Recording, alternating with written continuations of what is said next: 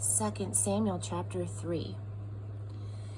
The war between the house of Saul and the house of David dragged on and on. The longer it went on, the stronger David became, with the house of Saul getting weaker. During the Hebron years, sons were born to David. Amnon, born of Ahinoam of Jezreel, the firstborn. Chileab, born of Abigail of Carmel, Nabal's widow, his second.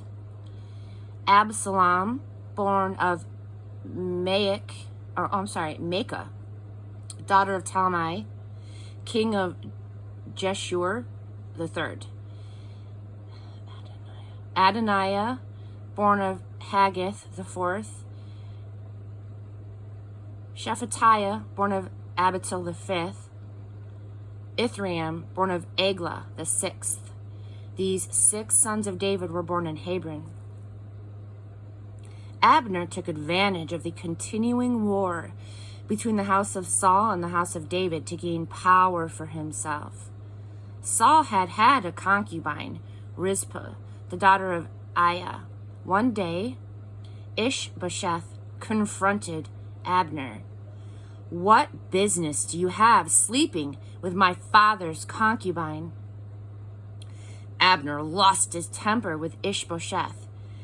"Treat me like a dog, will you? Is this the thanks I get for sticking by the house of your father Saul and all of his family and friends? I personally saved you from certain capture by David, and you make an issue out of my going to bed with a woman?" What God promised David, I will help accomplish. Transfer the kingdom from the house of Saul and make David ruler over the whole country, both Israel and Judah from Dan to Beersheba. If not, may God do his worst to me. Ishbosheth, cowed by Abner's outburst, couldn't say another word. Abner went ahead and sent personal messengers to David. "Make a deal with me, and I'll help bring the whole country of Israel over to you." "Great," said David, "it's a deal, but only on one condition. You are not welcome here unless you bring Michal, Saul's daughter, with you when you come to meet me." David then sent messengers to Ishbosheth, son of Saul. "Give me back Michal, whom I won as my wife at the cost of 100 Philistine foreskins." Ishbosheth ordered that she be taken from her husband, Paltiel, son of Laish. But Paltiel followed her, weeping, all the way to Barium. There Abner told him, "Go home," and he went home. Aww. Abner got the elders of Israel together and said, "Only yesterday it seems you were looking for a way to make David your king. So do it now. For God has given the go-ahead on David. But by my servant David's hand, I will save my people Israel from the oppression of the Philistines and all of their other enemies." Abner took the Benjaminites aside and spoke to them. Then he went to Hebron for a private talk with David, telling him everything that Israel in general and Benjamin in particular were planning to do. When Abner and the 20 men who were with him met with David in Hebron, David laid out a feast for them.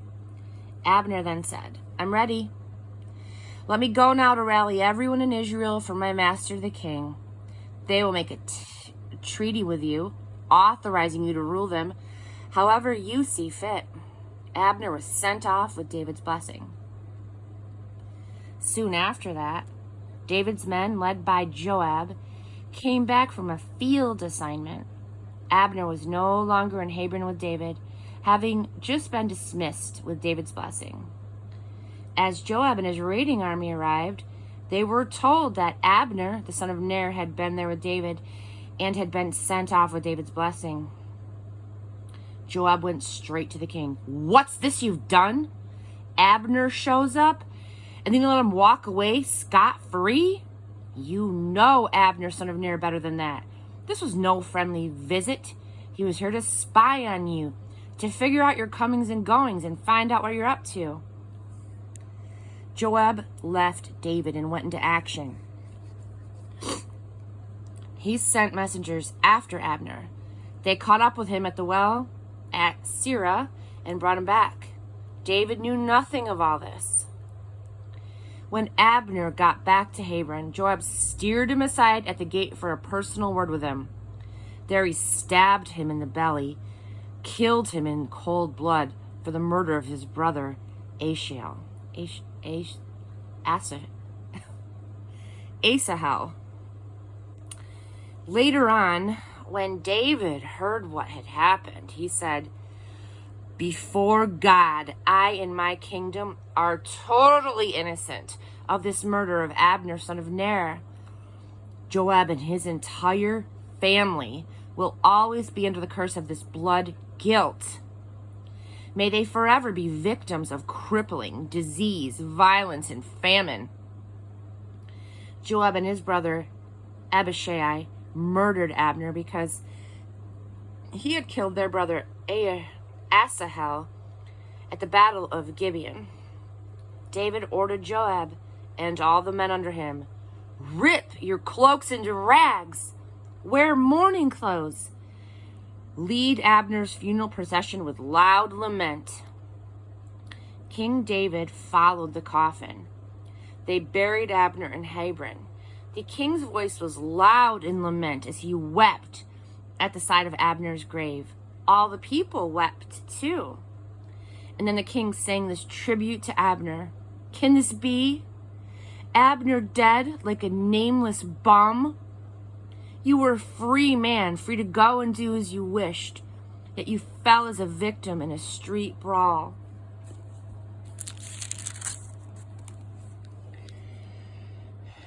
And all the people wept, a crescendo of crying.